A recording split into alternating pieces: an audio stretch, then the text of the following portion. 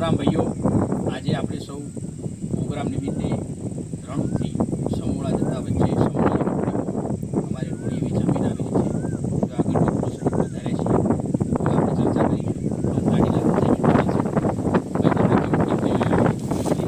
બહુ સારો ફીલ થાય છે. એકદમ નેચરલ વાતાવરણ છે. ખેતર સારા ખેતર છે. પાક સારો છે. એકદમ ઠંડી શુદ્ધ હવા, વાતાવરણ બહુ સારું લાગે છે.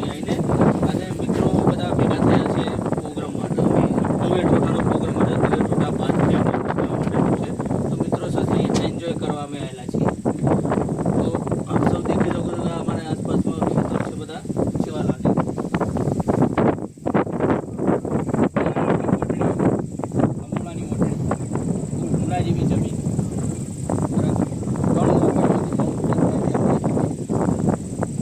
નાકામો મેરડી માતાનું મંદિર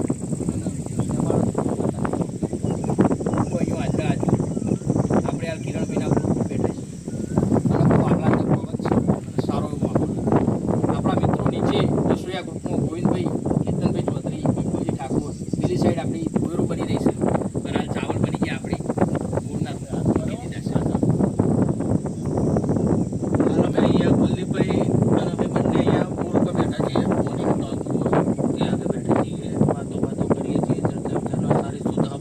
લઈએ છીએ. નેચરલ હવા છે. હવે અમે તમને એક બતાવીશું કે તુવેર ઠોઠાનું પ્લાનિંગ કેવી રીતે થાય છે. બતાવીશું તો કુલદીપભાઈ, તમે જણાવી શકશો કે આપણે તુવેર ઠોઠામાં રેસીપીમાં શું કઈ વસ્તુનો તમે ઉપયોગ કરી શકો છો? જી ભાઈ, કેમેરામેન મેહુલભાઈ, આ આપણા રસોઈયા શ્રી ગોવિંદજી ઠાકોર, એકદમ ઉમદા કારીગર. રણુજ ગામમાં કારીગરોમાં એમનું સર્વશ્રેષ્ઠ નામ. તુવેર ટોઠાના એકદમ કારીગર સારા એવા.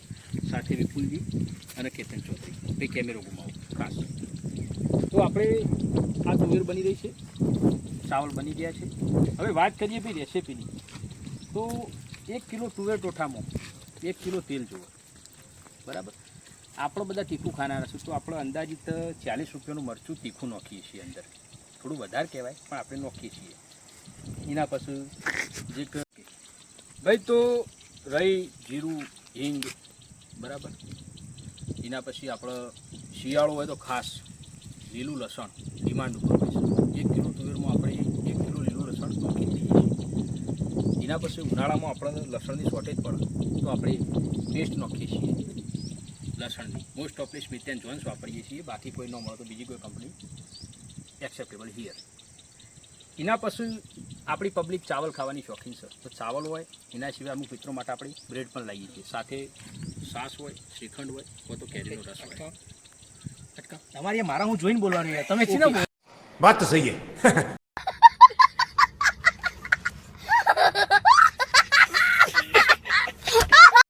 તો કુલદીપભાઈ, તમે જણાવી શકો છો કે આપણે રેસીપી બનાવવાની પદ્ધતિ કેવી રીતે હોય? જી જયમીનભાઈ, તો આપણે સૌપ્રથમ તુવેરો સાઈડમાં કરી તપેલું ધોઈ પછી એમાં તેલ નાખી તેલ થોડું ઉકળવા દઈશું.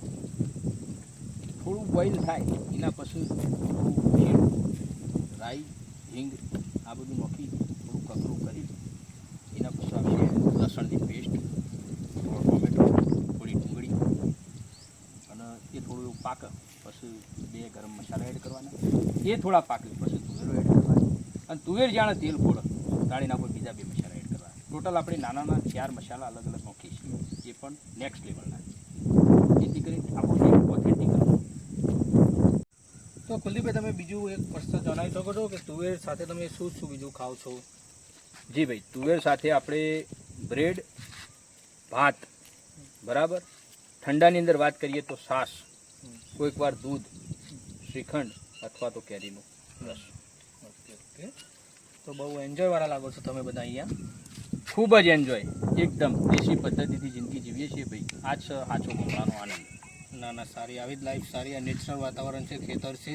અહીંયા તમે જોઈ શકો તો ખેતર કેટલા સુંદર ખેતર છે.